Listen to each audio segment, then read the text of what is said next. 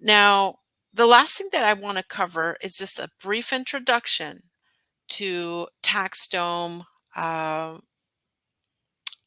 workflow terminology. Don't want to bombard you anymore with any more things because we'll cover all of this tomorrow.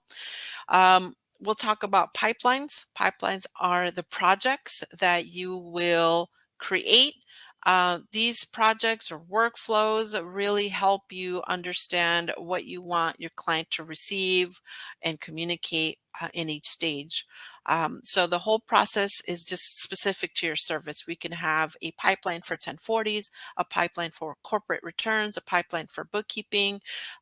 Each stage is tailored to your needs.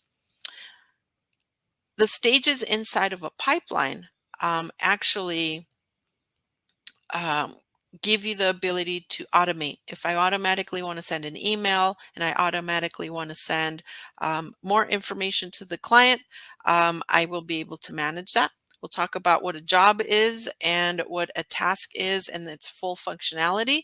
But it really, a job is an individual's service that you are applying to a specific account, right? So if you add an account to your 1040 pipeline, that is a job. And a task is something that is internal to you and your team. You can have a task on stage number 3 on your pipeline that says, hey, review these documents, right? It's just for you and the team. Those are tasks, internal to do items.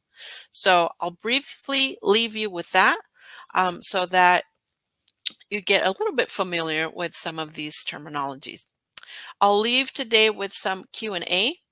And I want to answer these because after we covered so many items, you're always going to have questions. Again, we're answering your questions. The community is going to answer your questions. And I want to address these as we finish up today.